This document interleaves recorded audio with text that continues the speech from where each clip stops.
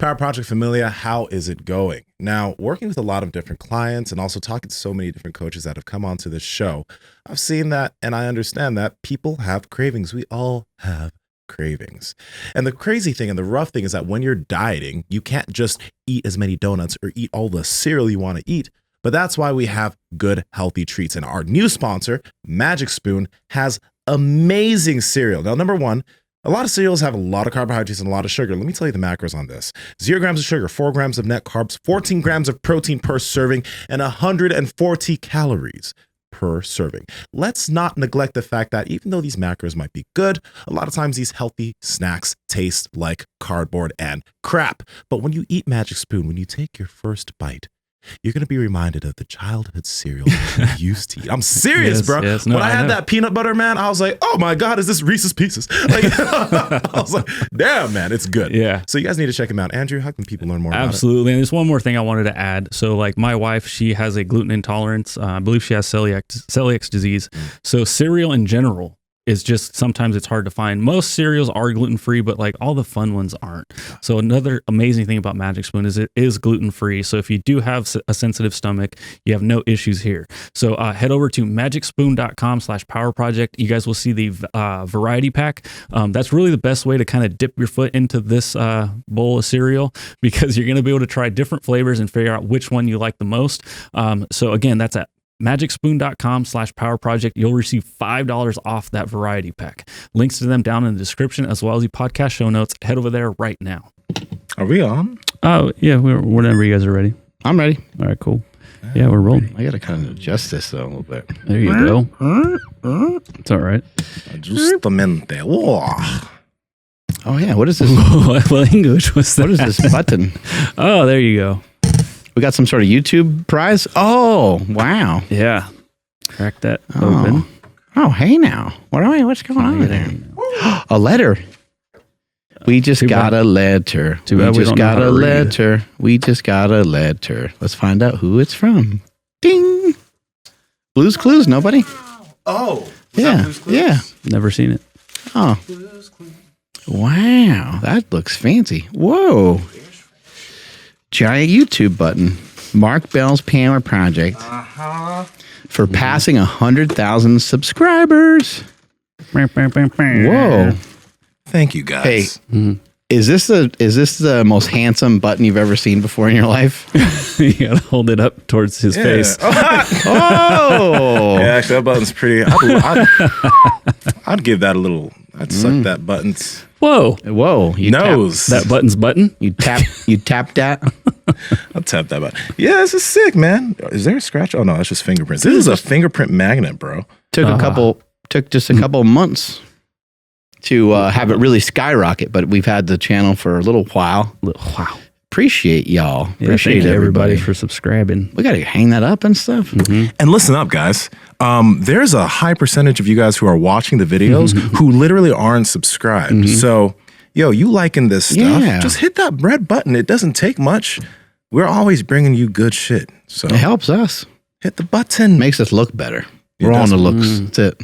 It does make us look better. We just got a pump. We just jumped in the gym because we're kind of cold. And rather than sitting here being cold and crying about it, we just went and worked out for a little bit.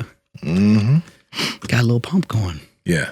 I'm really digging those. I was doing the grip bell on the lower back extension, and I liked, because dumbbells kind of awkward to hold, but the grip bell, it has multiple uses. You can use them for kettlebell swings and grip work, but when holding it towards your chest on the lower back extension, it feels fucking amazing. It's a unique product. It's got a handle in the middle. And then it has kind of almost like what I would say like two kettlebell handles on both ends, and that are on the outside of this kind of like circle. And yeah, it's a great product. I've been using it for swings and farmers carries and all kinds of stuff. I think it's really practical. Yeah, and like what Nsima was talking about with the back extension. Oh yeah, you can grab a 25-pound plate. You can grab a 45-pound plate if you want, but like this grip bell is meant to be held. So there's handles. It's like a steering wheel. It's like a little steering wheel, yeah, for like a little kid's toy. And yeah, it's comfortable. Like it's the weight that it's like balanced a certain way that just feels really cool to hold. Yep. And if you want to get a discount, we don't know where to get one, but go over to their website and check out what they got because we think it's neat. Yeah. It's not an advertisement of any kind. We just dig it. Something that we're digging. Oh, look at that. We got it on video. Just right happen to here. have that. One right here. Well, damn. Hey now, So- where'd that come from? You pull out of your pants? Hey. You can do kettlebell swings with it. There's a grip my in the middle. God. Again, they're not paying us to say this. I just keep 2 GripBells back here so that if I'm working in the office, if I want to get a quick shoulder pump or I'm about to film a video, bam, I can just do my shit. That's awesome. It's cool.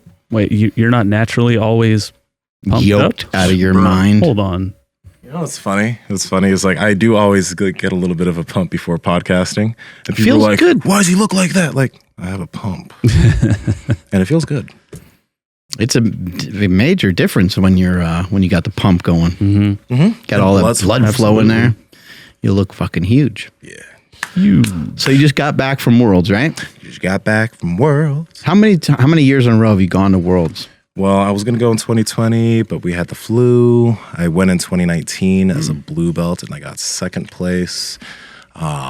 Went in 2018 as a white belt and I didn't place. I lost my first match. So I've been to 3 Worlds, 3 IBJJF World Championships so far. How many matches have you had? In jiu-jitsu matches? Mm-hmm. A lot. Maybe like 30? Oh yeah, more than that. Because I've done like 17 or 18 tournaments now. Yeah. And you do a couple every time you do a tournament. Yeah. Usually 3 to 4 matches every tournament. Do you remember the first time that you lost? The first time I lost. Like, did you win a handful and you're like, oh, fuck, I'm like 4-0? Or did you kind of start out with an L? No, I won my first tournament. I think I was a blue belt and I lost this match. I've never been submitted in a tournament, but I lost this tournament because he appointed me as a blue belt. Yeah, he was a wrestler. Wasn't able to tap him, but he wasn't able to tap me. So yeah, it was by points. Yeah, it's tricky, right? Because there's a way to kind of like you mentioned, you never been submitted, right? Mm-hmm. But like somebody could play that game and just try not to ever get submitted, right? And kind of like hide from. Yeah, I'm not saying that you do that. I'm just saying like you can kind of do that in the sport, right? Like I hear people complain about kind of people hanging on and just kind of people just, I don't know, trying to outpoint somebody. And it's like a thing in jiu-jitsu. They talk about it, right? Yeah. So not getting submitted, it's like, that's a hard thing because some people just like don't tap, but you'll legit get choked out or you're going to get your shit broken because your opponent, if you're just because you're not tapping, your opponent's going to break your shit if you don't tap. That's happened to a lot of people. I literally haven't been submitted just because like it's not, I guess I'm good at escaping certain things because I've been caught in certain things, but I've escaped a lot of things too. But the point game is real. And it's strategy. This recent Worlds, I won my first match. It was a good match. Armbarred the dude.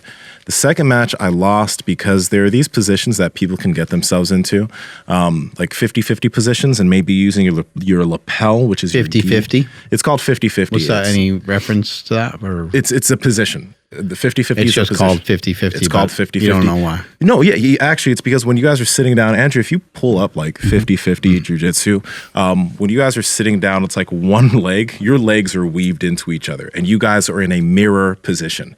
That's why it's called the 50-50. Got it. So we got into this 50-50 position. I stand up, then he takes his lapel, wraps it around my leg, pulls me back down. I stand up, but the thing is, since his lapel's wrapped around the leg, it's hard to break. And the dude was already up by one advantage, right? So he knew that if he held that advantage, yeah, this is the 50-50 position, except we usually have gis on. God, I just pulled the first one up. Yeah, that's fine, but that's fine. Like we usually have gis on. So they're like scissoring. Literally, they're like scissoring. But he also took his lapel and wrapped it around my leg because he was up by an advantage. And that's a very hard thing to break. And he legit just held that position for 4 minutes, going back and forth, holding it because he knew that if I can just hold this, I can win this match. And that same position in my last tournament in the absolutes, I was in the final.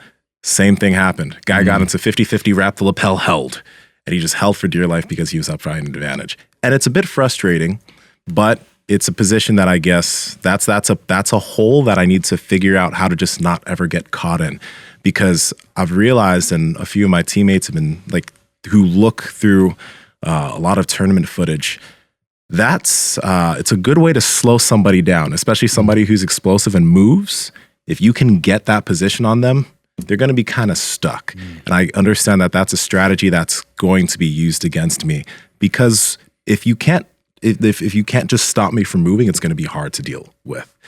So it's frustrating, but it's something else to learn. But the good thing I'm happy about is that, you know, when I lost Worlds back in when I was a white belt, there's still holes in my game right now, but I know that I'm not being outclassed by anybody. And I know that by metrics. In my last tournament, I was able to go in the absolute division and face off against Hiron Gracie. And Hiron Gracie, literally in this past Worlds, he won his weight class because he's a super heavyweight. And then he won the absolutes. That's when all the first and second, I think third place finishes do absolute. They all go against each other to see who's the absolute champ. Hiron Gracie won his weight class and he won the absolutes. And in my last tournament, I tapped him convincingly. Like, I didn't feel outclassed by this guy who's been doing jiu-jitsu since he was 5 or 6 years old. He's been doing jiu-jitsu for the last 15, 16 years. And my match against him, I didn't feel like he was outclassing me. I didn't feel like, whoa, his jiu-jitsu is way better than mine. Then I also beat another guy in my last tournament who, in the heavyweights, literally Hiron was ranked first out of all purple belts. And then the second guy that I tapped in my last tournament was ranked second out of all the purple belts, and he's a heavyweight. So going against these guys, not being outclassed by them, I know that my skill level is there, right? If my skill level wasn't there, I'd be super annoyed. I'm more so annoyed right now just because I know I could have done so much better. Like, it's not a reflection on my jiu-jitsu, but it's a reflection upon the game, and that is just the game. And I gotta figure some of that stuff out. Are all jiu-jitsu federations like that, where you can kind of win on points? Like, I'm just thinking, you know, a lot of people hate the way Floyd Mayweather fights because he blocks everything and then hits you a couple times each round, and then he doesn't do anything spectacular anymore, or towards the end of his career, but he did not lose. Yeah. So I'm just curious, because I'm pretty sure that's where the non-purist would probably get pretty upset at jiu-jitsu in that case. But are all federations like that, or is there somewhere where you can't just win on points? You have to tap somebody. Well, there are federations, but they're not as well. So for example, there's this actually competition called Fight to Win. They pay jiu-jitsu athletes, and those are actually, a lot of people watch those, but they're not big tournament. They're not literal tournaments. They're like super fights that are set up, right? So it's like, you'll find a fighter that's in your ultra heavyweight class, and you guys will fight against each other, and it'll be a scheduled fight. And then there's submission only tournaments, but they're not as big as the IBJJF. Let's say that the IBJJF, if we were to compare it to powerlifting, there's, for example, some top powerlifting federations, and then there are all these federations actually underneath that, right? IBJJF is the jiu-jitsu federation, and then there's a bunch of jiu-jitsu federations that, the key players that are at the top are trying to win worlds, they're trying to win Pan Ams. Makes sense. And then there are these other federations that are okay, you can, maybe they're submission only or whatever. But yeah. What do you really love about jiu-jitsu? What do you think it is that has you showing up to practice every day and taking it very seriously and wanting to compete in worlds and stuff like that? Well, the first thing that got me into jiu-jitsu was I saw the first practice over at Casio's, and I was like, damn, these people are moving well, right? Even some of these old cats, there's the way they're able to move their bodies, it's very athletic. It allows for some range. It's not the same, planes of movement that you see in a lot of things. I liked that because that's what I was missing from not being able to play soccer. But then it's just a continued puzzle. That's people talk about it all the time. you never really master it because there are so many different positions, so many different types of games for different body types. You have to do different types of jujitsu against people who have different types of bodies. You know, if somebody has a thick neck, like a lot of big guys, they're very hard to triangle because literally trying to, you know, triangle them, like me trying to triangle Chad Wesley Smith is not going to happen. Quite literally, you cannot triangle Chad Wesley Smith. Because there's body types, so you have to figure out another way to try to go against an opponent that certain submissions won't work against. But it literally is. And the cool thing too, man, you mentioned this, and Jocko was talking about it on Rogan, that there's always new things that's being figured out. Like some of these young jiu-jitsu people are literally creating new movements, new entries, new positions. Like this isn't just, there's always new shit. And then that means that you now have to figure out a way to combat these new things. For example, there's a position called the Berimbolo that was super popular in like mid, you know, I think 2010 to 2015, everyone was like bolo, bolo, bolo. And then people learned how to like really nullify that. And then they built something on top of that, right? So it's like something will be super wild, but then once the whole community realizes this is how you deal with this, okay, we need to either add something on top of this or figure out another entry, another counter. It literally is never ending. It's wild. The thing I find really interesting about it is it's like mano a mano, right? Like it's one-on-one. That too. And you get that a little bit in other sports. What my wife always liked about swimming was that it was very black and white. There was no politics involved. There was no judging. It's not like, you know, swimming's not like figure skating, and swimming's not like powerlifting where you have judges judging, you know, if you did the lift properly. And then sometimes the judges all agree and sometimes they disagree with each other and so on. And in bodybuilding, we hear people sometimes say, well, it's politics. You know, if you have this coach, you might get expedited to the kind of front of the line, get an IFBB pro card a little faster. When it comes to, you know, swimming, it's like, no, this is your time and that means you're really effing good, right? In jiu-jitsu, you know, having an opponent to go against, the pieces of the puzzle become, if you're being honest with yourself, they become more apparent. Yes. It's like, I got beat this way this time, and then I went to go do this other thing and I got beat that way again. And it's like, motherfucker. Okay. Now the thing is, what I'd like for people to keep in mind when they have a loss, and this is really difficult to do, and I'm talking about losing in any sport, you have to remember it doesn't diminish all the work that you've done previously. Yeah. Everything you're currently doing is not wrong. It doesn't mean that you have to change everything. But it does mean that if you don't address it, it most likely will rear its ugly head again. Yeah. And there could be, you know, you could, I guess, like skirt your way around it. And, but like now people have tape on you. You're becoming more of a known person in jiu-jitsu. And now people are like, oh, I'm just going to try to do this and hang on for dear life. And so it is something that you must address. But I like the fact that it gets exposed that way, because in powerlifting, I'm just competing against myself. Yeah. It's me versus the weights. It doesn't hurt anything or hurt anybody if I don't really correct me being slightly out of position every time I deadlift. I can just choose to like pretend it's not an issue. Yeah. And I can just keep on going. Yeah. But the beauty of this sport is you know, if you love getting choked out or you love losing, then don't advance, don't learn anymore. And I really do like how there's no excuses. Like when I say that I lost by an advantage, I still lost. Like I'm not trying to, this was when I was a white belt, by the way, but I'm not trying to like it's like when you do a bodybuilding show, the other guy beat you. Yeah, the other guy beat me, right? Okay. In bodybuilding, there's always, you know, if you get second place or whatever, you know, you'll have the HD pictures and you'll post up on social media. You know, I mean, look at my back. Look at my back. Look at my back versus his back. Look at my hamstrings versus his hamstrings, you know. And then all your friends in the comments are like, bro, you were actually so much better. What? The judges didn't really see that. Yeah. Like, I see that shit all the time in jiu-jitsu. It was his hometown. Yeah, right? In jiu-jitsu, quite literally, like if you lost, you lost. But Hey, straight up, 2015 WNBF Canada. Bruh, That's why I said it. Y'all fucking robbed me. Like, those motherfuckers really did rob me. Even Bob from the WNBF was like, Nsima, you got robbed. So, you know what? Hey, but anyway. That is really weird, though. And it does happen in bodybuilding. I think it happened to Cena, too.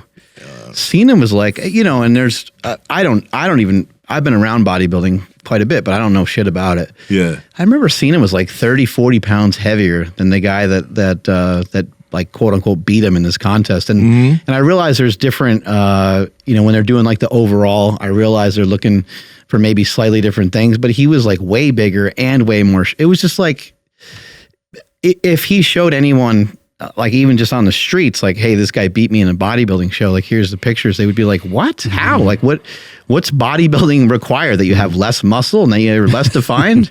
Like, I'm confused. And the thing is that is a frustrating thing that can happen in bodybuilding, and does, because sometimes it is legitimate. Like, if you get a certain place, but maybe there were certain judges or whatever, or maybe some judges did want another individual to win, that is subjective. In jiu-jitsu, for the most part, it is very objective. Like, it's rare that you're really going to run into a ref that's going to really give things to an opponent. That has happened, right? And you mean like points? Yeah, like for advantage, example, I guess it's called. Or even like things like not calling certain things. Sometimes that'll happen, but that is so rare. That is so rare that it's like, if you lose, dude, you lost. Is it like, super hard to ref jiu-jitsu matches? If you know the rules, it shouldn't be super hard, but there are some refs out here who like, they might not be super familiar with certain positions or what's going on, and they don't call something that should be called. Okay. In a match that happened with myself and this guy, Jason Shirley, at Pan Am's last year, I put him in a position and he slammed me.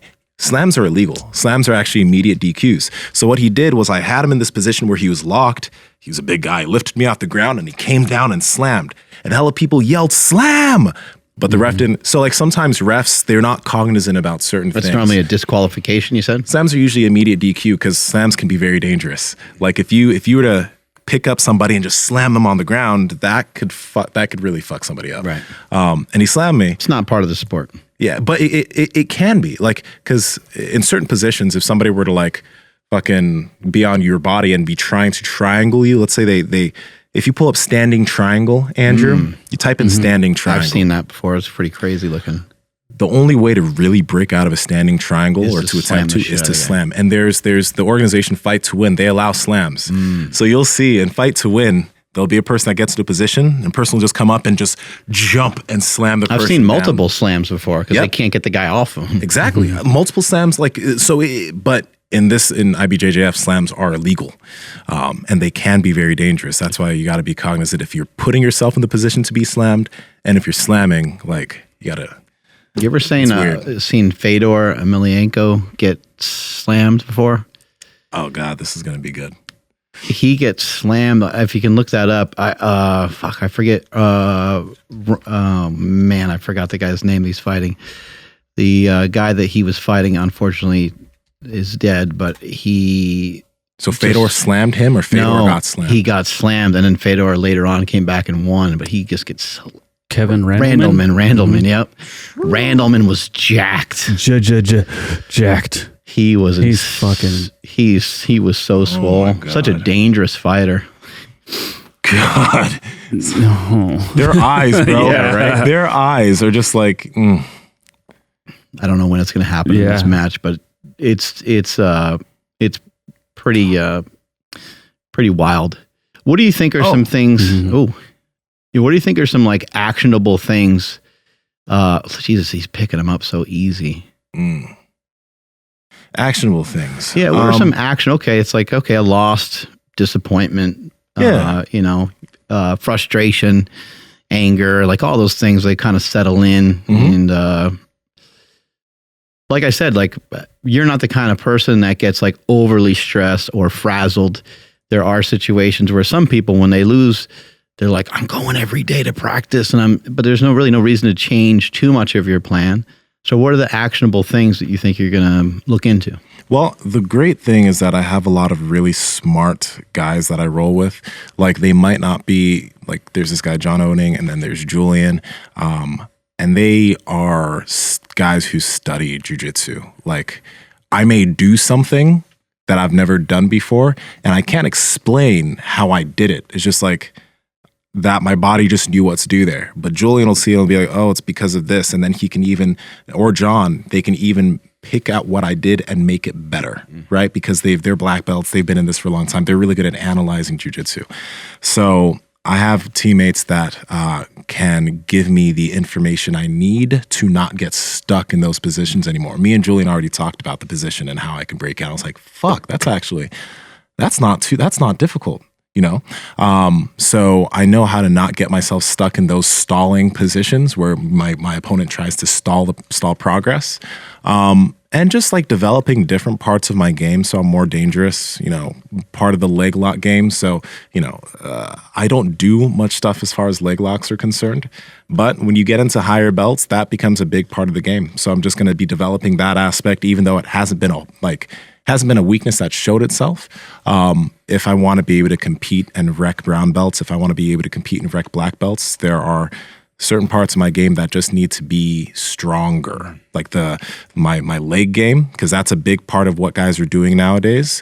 And even like my back take game, that's what I've been working on a lot now too. I've been watching a lot of that. And you know, it's funny, you mentioned a thing about mimicking to me the other day. I never really thought about that, but the other day I was just watching, like there's this video that showed like 50 or 60 different back takes on YouTube. So I just watched it and watched it again and watched it again. Then when I went into class and I was sparring, I was doing a lot of those back takes that I haven't done before. So I can just like burn things in and then do them. And I just need to continue to do that. And then get the advice from these guys, because, you know, we were talking the other day and you were giving me some ideas for things that I can do.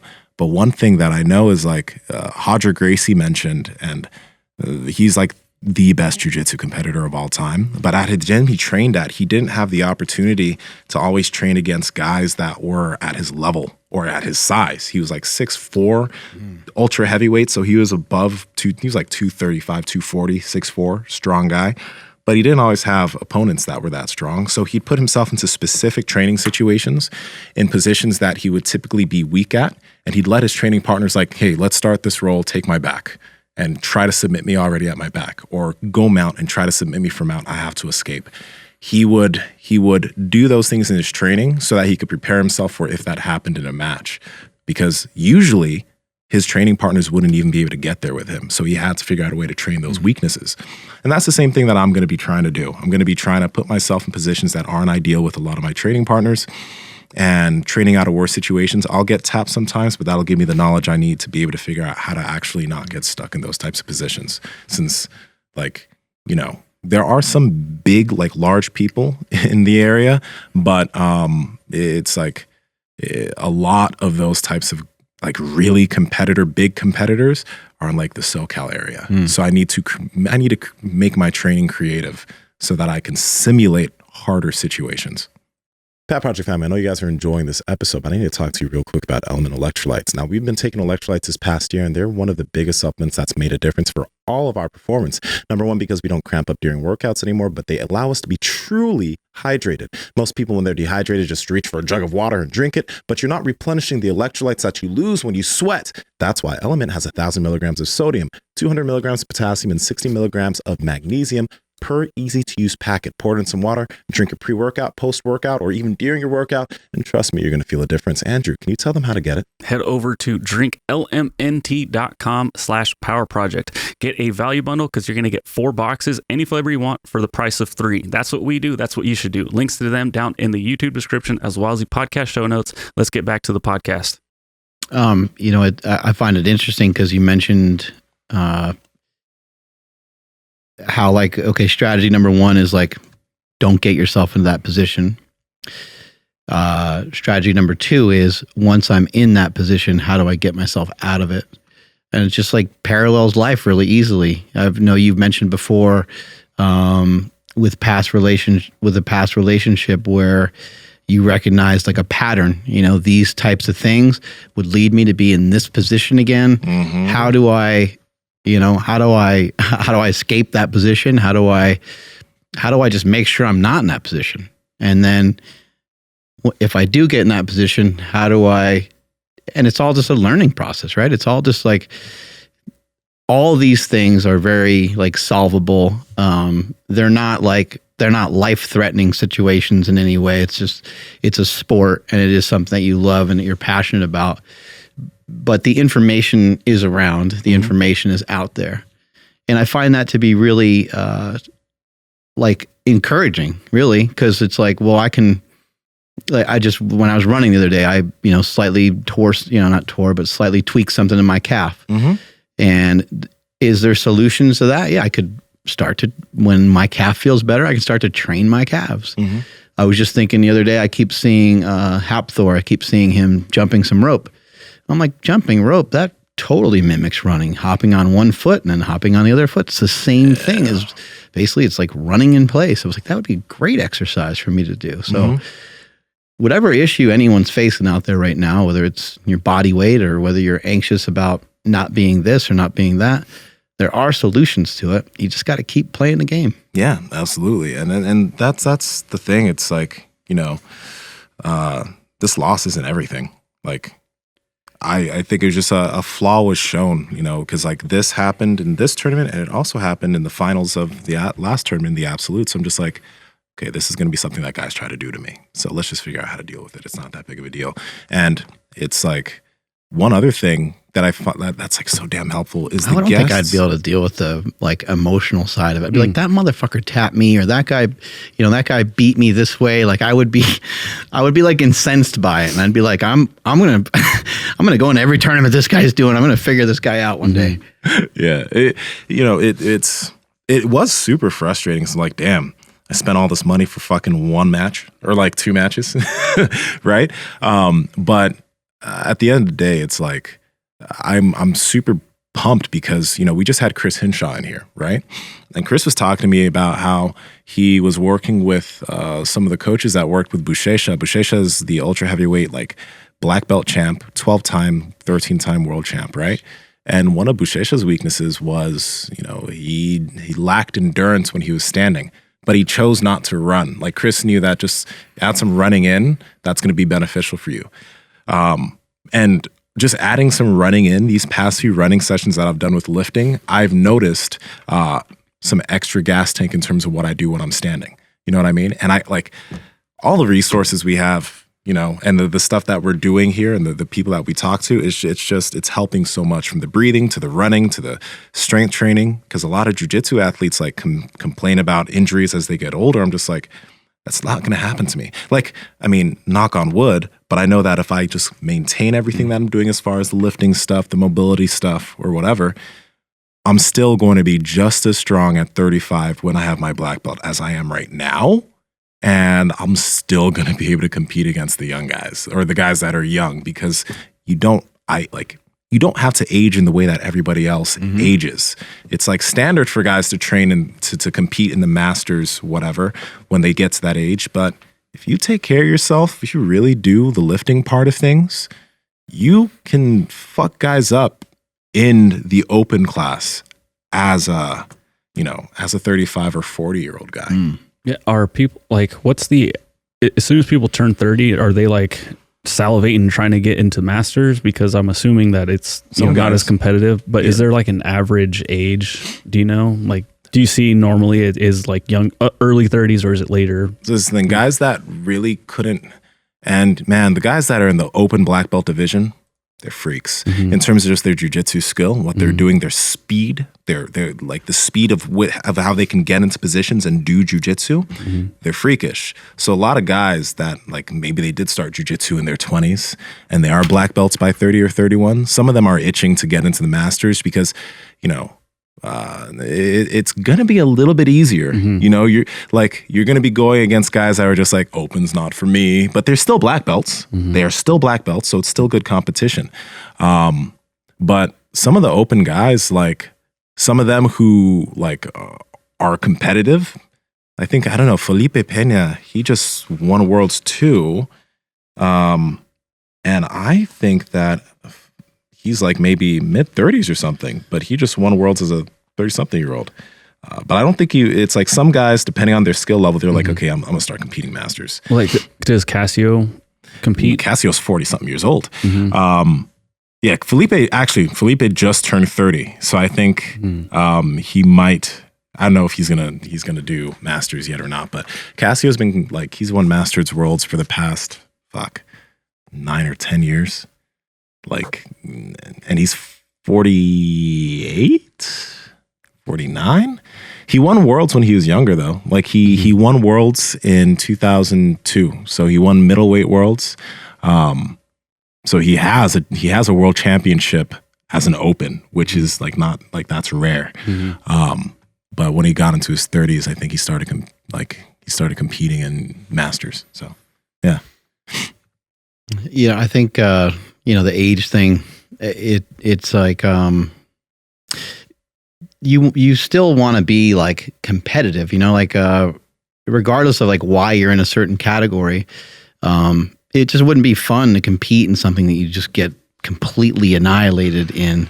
Yeah. And so 30 is a little early to have like an open thing perhaps, but maybe at some point, maybe they'll move that back because people are like showing more youthfulness in later years nowadays. But again, like they do the same thing with powerlifting. They have different age categories. They even have like, they got teenage and they have collegiate and they have the open. And then they have like master's classes, and they got different variations of master's classes. Because again, it doesn't feel good to just go in something and just get smoked and think that you have zero chance of winning. Absolutely not. And I mean, my whole goal when I started jiu-jitsu is because I like it so much.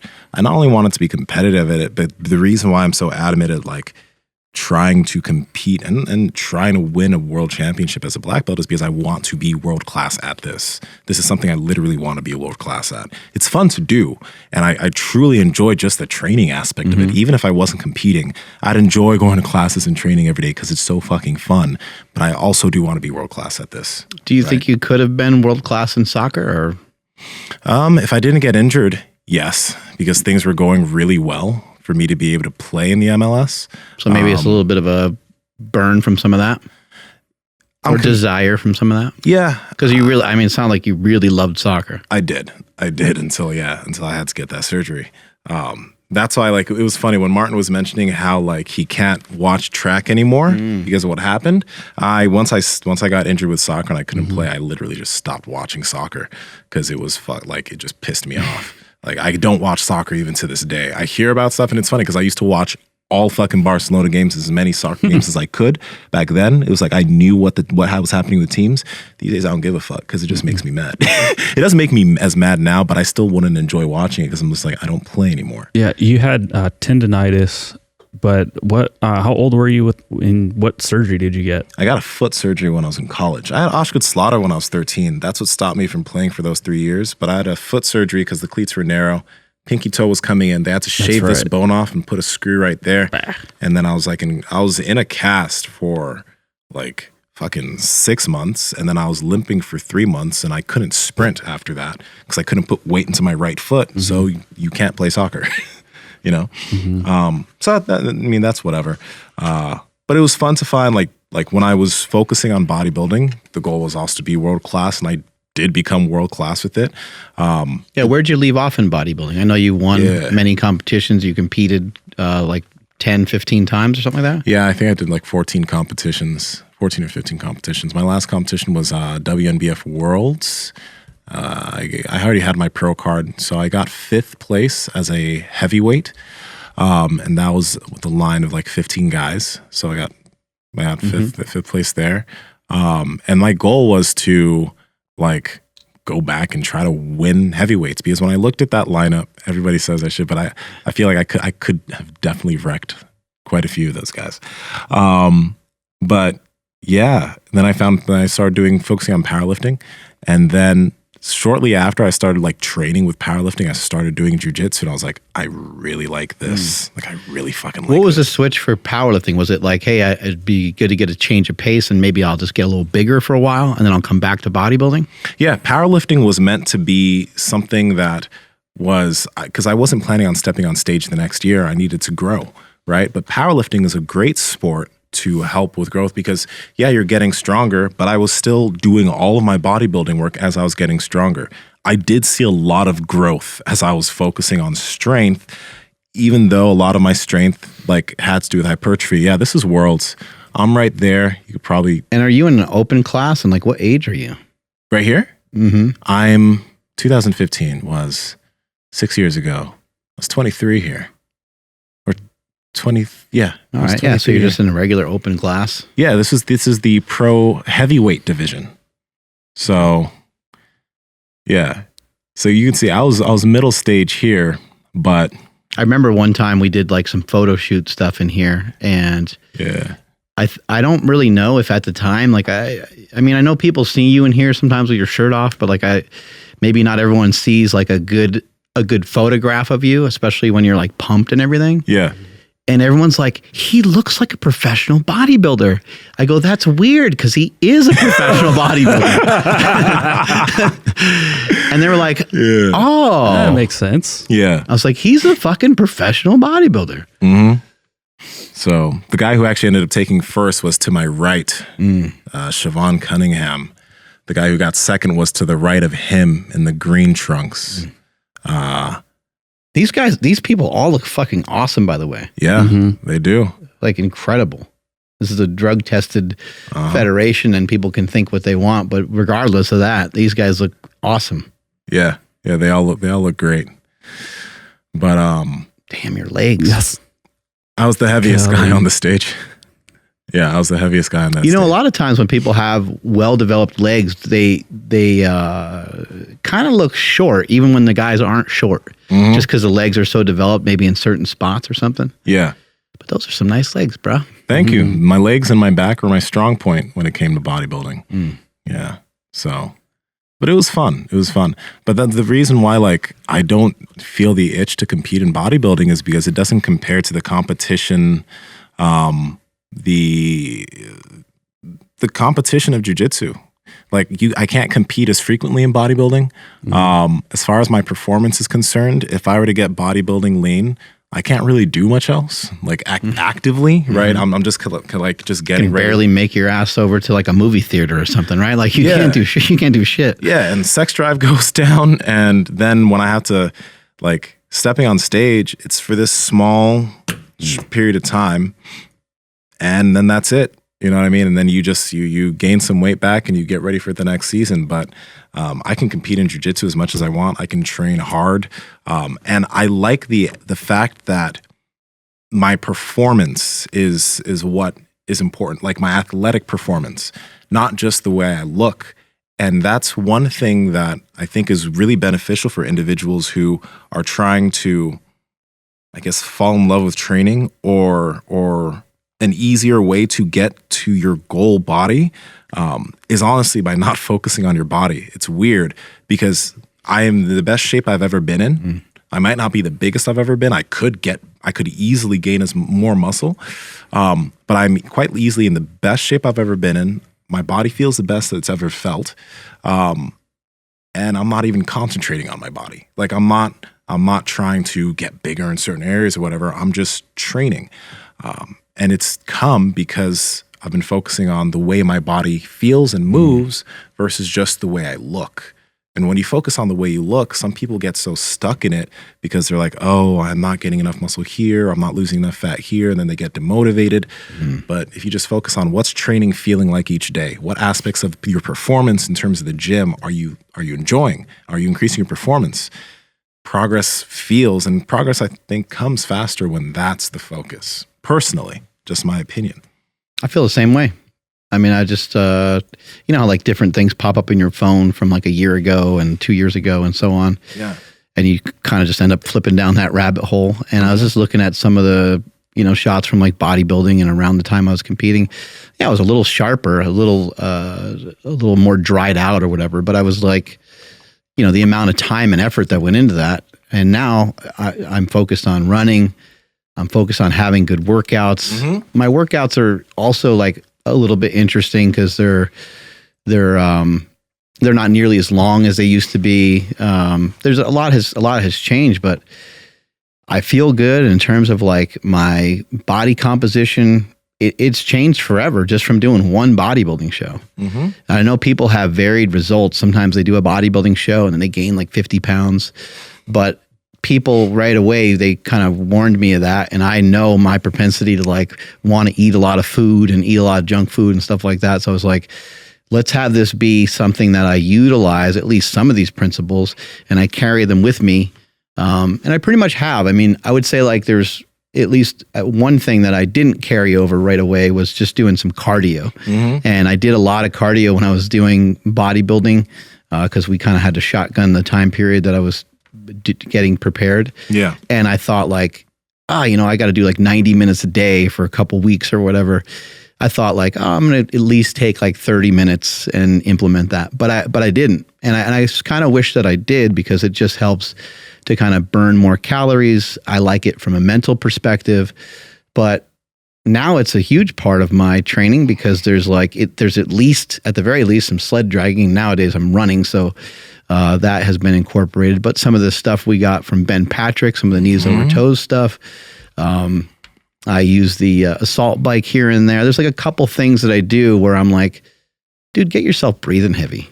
Just make your, just do something that makes yourself breathe hard. And I think we can confuse all this stuff as much as we like, but man, just what a good thing to just get your heartbeat and get your breathing just a little irregular for a minute. Nothing crazy, just whatever is going to get you to that point, whether it's walking up a hill or whether it's doing burpees. Find something that challenges that a bit. Yeah. And one aspect is like, people are like, you can't call yourself a bodybuilder, you haven't stepped on the bodybuilding stage. I don't believe that. Like, even though I've stepped on the bodybuilding stage, and this is coming from somebody who's a pro bodybuilder, I think there's a lot, like, you can be a bodybuilder without doing that, because you can use that style of training to benefit anything else that you're doing. If you're a powerlifter, if you're a CrossFitter, I've heard fucking CrossFitters say, whoa, I didn't know my biceps could feel like this, because CrossFitters don't focus on that style of training. But once they do some like real arm training or whatever, and their arms grow, it's like, whoa, like, you can, like, bodybuilding doesn't mean you have to step on stage. And I think that a lot of people can just take that and use that for their training because, it's a different level when you have to try to get ready for stage. And I think that level is not a necessary. Some people say like you should maybe do one. I honestly don't know if one has to take that there because some individual don't get out of the loop. There are bodybuilders that keep it healthy, right? And they're healthy up here too. And then there are bodybuilders that get stuck on the body that they had on stage, and then they're in this yo-yo place because they never really want to leave that zone to make more progress. They get too focused on the body. That's the rough thing about bodybuilding. As much as like we talk about and we want to be in shape and we want to be healthy, there's a place you can take it where you are way too focused on how shredded or how lean bikini women, bodybuilding guys, like it can be taken to a place where it is problematic for your mental health because you are too focused on your body. But when you're focused on your performance and not what your body looks like, but more so what can my body do and what can my body do and what can I show, that is a much better long-term healthier approach to your fitness, I believe. What are some main like mental things that we maybe have discovered through talking to some people on this show that helped you when you lost that match? What are some things maybe where you're like, some things you had to kind of lean on to not overreact and to, I mean, not that you do that anyway, but it's like, it's easy to like be pouty and just be like, I just want to get off the fucking mat. And like, I don't want to stand next to the motherfucker. Like it's easy to get that way. And it's easy to have everybody else see it. It's easy to like wear it around your frustration, Was there anything in particular or maybe just even the sport of jiu-jitsu has maybe kind of taught you to, it's just win some, lose some type of thing. Everyone's going to go through a loss here or there. Yeah. What was his name? Novasind. James Smith. Yep. James Smith. Yeah, that app is dope. The app is dope. but it's also like, what's the word for the way you look at things? You know, like perspective, interpretation. Your interpretation, like, I think I just have my interpretation of things is generally always in my favor. Okay, like I lost, which I have a big problem with, but the way I interpreted that loss, it's like it's a loss. That's it at the end of the day. But I understand how I lost. I understand that I wasn't outclassed. Like, even if I was outclassed, okay, there's more I have to work on, but I know I wasn't. You know what I mean? And I know what I've been able to do so far and the type of people I've been able to beat convincingly. So I know where I stand in terms of the big goal that I have. And even though it'd be kind of demoralizing if you lost because you didn't have the endurance. Like, you train hard. Yeah. You do so much for your endurance. It'd be demoralizing if you lost because you had a hold for a couple seconds and you lost your grip. It's like you already deadlift 755. It's like, how much fucking more weight do I need to deadlift? I think in this case, my opponent that beat me was more winded by the end, even though he was just holding on for dear life. He was like, I was like, fucking hell. I bet. And I think, just in general, anyone that has lost in anything, I just view it as an opportunity to go do more work. Absolutely. And then when it's your time, it'll be your time. And people will be like, what the fuck's up with that guy? They're not going to even understand. They're going to be like, what? They're like, I don't know. He's unbeatable, or he's like just in this crazy position. But you kind of, we need those. I think you mentioned before that you got beat up when you were young, right? Oh, yeah. Right? Fucking, yeah. We need shit like that. Yeah. We do. We need that motherfucker. Like, we need some of that. We need, we need that turmoil. We need some of that turmoil. Maybe need is maybe not the right word. Maybe we need it, but like maybe not everyone needs it. But it gives you something to focus on. Yeah. It lights a fire under your butt. Works. It does. It really does. Yeah. What's that fucking guy's name again? Marquise. Yeah. Fucking. Oh, that motherfucker still has my iPhone headphones, probably. He's sitting somewhere right now with his black belt in jiu-jitsu, right? If you guys don't know, there's this dude in fucking high school that, like, I had an iPod mini or whatever, and I was going into the fucking gym that we had on campus. I don't understand. Like, who would pick, like, He was bigger than me. Oh, shit, okay. He was a wide, big football player, dude. What grade? And I was a freshman. I think he was a junior, and I was a freshman. But I was walking towards the gym. So, hey, Nsima. I'm like, hey, Nsima. I'm like, hey, what's up, Marquise? So, hey, let me get them headphones. Like, using them. Let me get them. I was like, I'm going to tuck my shit in. All right. I was like, all right, here you go, man. I'll get those back from you tomorrow. Come back the next day. Hey, Marquise, can I get my headphones? What headphones? The ones I gave you yesterday. What headphones? I'm like, you're right. What headphones? Okay. That boy punked me so many times. But I would love to hear you explaining that your headphones got stolen to your mom. Oh, yeah. Yeah, no, I didn't. She would kick that kid's ass. I didn't tell her. Yeah, he punked me so bad, man. So many times. Good times. But yeah, man. If you guys ever just like, if you do lose something, a competition or whatever, don't wallow. It doesn't make sense. Like, just figure out what you did wrong, figure out what you need to work on, and get back to training. That's really all you can do. There's just like, and one funny thing is that, like, people, there's this saying, you either you win or you lose. You don't ever lose. You only win or you learn. Yeah. I don't agree. I think like when you lose, you lose. Yeah, like, if you kept winning, you'd be a world champion. Yeah. You'd be a purple belt world champion right now. Yeah. Like, you lose. You learn in that loss, but you definitely lose. So embrace that shit and understand that you lost. Burn that in, that you lost. You didn't just learn, you fucking lost. And get back on and just keep trying to fucking train and plug those holes. But, I mean, a loss is a loss. Just come to terms with that shit and learn from it. That's all. When are you going to compete again? Oh, as soon as I possibly can. IBJJF, they put out next year's schedule pretty soon. So I'm going to find some NorCal tournaments because they do tournaments in San Jose. They do tournaments in the Bay. So I'm going to find as many of those as I can and just get back, build up some points for next year. Because the more points you have, like you can get buys for rounds. Like the higher ranked you are, you could like what are these points? Yeah, so like if you win certain tournaments, like if you get a gold in a tournament, you get a certain amount of points. Silver, certain amount of points. Bigger tournaments, you can get even more points. Like if you get first or second at Pan Am's, it's like whatever. But as you rack up these points, you get ranked within your belt and ranked within your division. And the higher ranked you are, when you get into a tournament, that could, if there's like a lot of guys in your bracket, you might not have to do your first or second match because you already have you're already highly seeded, right?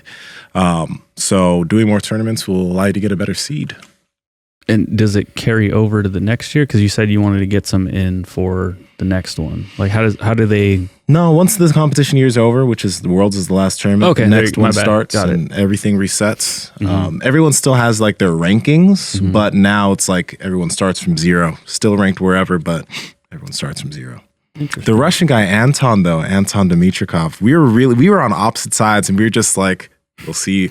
He got tapped, man. Oh, so he watched my match, and we both came off. We were like, "What the fuck, man?"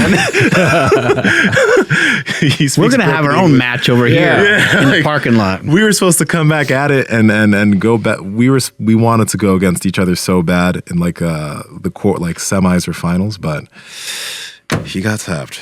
Andrew, could you imagine you beat Nsima? Like, wouldn't you tell everybody? Like, wouldn't you be at the point to like, I'd be like, I beat that dude. It would be in my IG profile. Yeah. Like the guy that tapped Nsima. Well, that sounds weird, but yeah. The guy that tapped it. Yeah. He's just so jacked. I'd be like, yeah, I'll take credit for that all day long. Dude, when we were just hitting the speed bag and I did it a little bit better. Like I told everybody. I was like, hey, I'm a little bit better at that in Nsima. Like, Andrew, we're in a company meeting right now. Like, this is very important though. And then of course he like thought about it, and then now he can probably beat the shit out of that bag. But I did meet this guy. He watches the show. He was a purple belt too. I think he got second. Damn. He got second. Yeah. Wow. So I wish I was able to go against him. He trains at Atos with Andre Galvao. I think he DM'd me. But yeah, he said he listens to the show. He enjoys the show. Oh, awesome. So that was cool. Thanks, dude. Never been able to go against him though, which is unfortunate, but that'd be cool. He moved well. I watched his matches. He moved well. He's a good competitor. But yeah, dude, what's up? I forgot your name. I'm sorry. Take us on out of here, Andrew. Sure thing. Thank you, everybody, for checking out today's episode. Please like and subscribe if you guys are not subscribed already. Turn on all those notifications. All of them. I don't even know how many there are these days, but drop us a comment as well so that way you guys can let us know what you guys are thinking about today's conversation. Please follow the podcast at Mark Bell's Power Project on Instagram, at MB Power Project on TikTok and Twitter. My Instagram and Twitter is at I am Andrew Z and at the Andrew Z on TikTok, even though I don't do shit over there, but just in case. Anyway, yeah. Nsima, where are you at? Guys, by the way, if you do want to train jiu-jitsu in Sacramento, come down to Casio Werneck Jiu-Jitsu in Sacramento, California, because it's fucking dope over there. And Nsima Inyang on Instagram and YouTube, and Nsima Inyang on TikTok and Twitter. Mark? At Mark Smelly Bell. Strength is never weakness, weakness never strength. Catch you guys later. Ba-ding.